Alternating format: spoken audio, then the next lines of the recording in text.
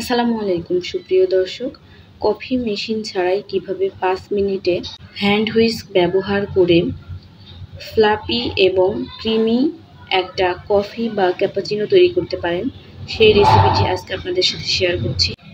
Coffee তৈরি করার জন্য আমি এখানে প্রথমে একটা বাটির মধ্যে 2 চা চামচ নিয়ে নিচ্ছি কফি। আমি এখানে নেসক্যাফে কফিটা ইউজ করেছি।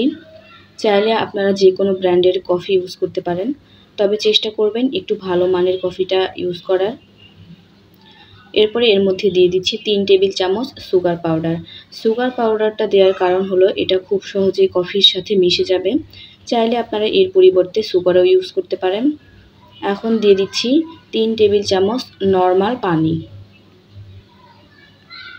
পানিটা দিয়ে এখন সবগুলো মিশ্রণ একটু ভালোভাবে মিশিয়ে নেব। মেশানো হয়ে গেলে এখন এই মিশ্রণটাকে এরকম একটা হ্যান্ড হুইস্কের সাহায্যে অনবরত বিট করে নিব।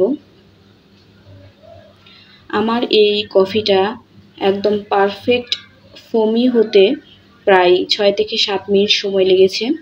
কফিটা বানানোর ক্ষেত্রে যেহেতু হ্যান্ড হুইস্ক ব্যবহার করেছি, এক্ষেত্রে আপনার হাতটা আপনি যত দ্রুত ঘোরাতে সক্ষম হবেন, কফিটাও খুব তাড়াতাড়ি ফ্লাপি হয়ে যাবে। আমার কফিটা প্রায় হয়ে এসেছে। আমি আরও কিছু সময় এটাকে খুব ভালোভাবে বিট করে নিচ্ছি। দেখুন, এটা এতটাই ফোমি এবং ফ্লাপি হয়েছে যে হ্যান্ড হুইস্ক থেকে পড়তেই যাচ্ছে না। এই অবস্থায় বুঝবেন আপনার কফিটা একদম পারফেক্ট।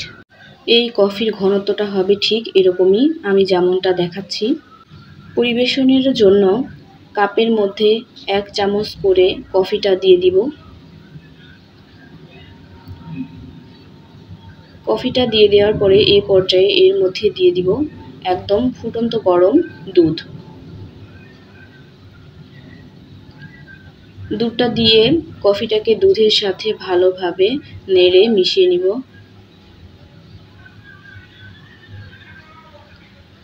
এই পর্যায়ে মেশানো হয়ে গেলে উপর থেকে আরও 1 চামচ করে কফি দিয়ে দিব।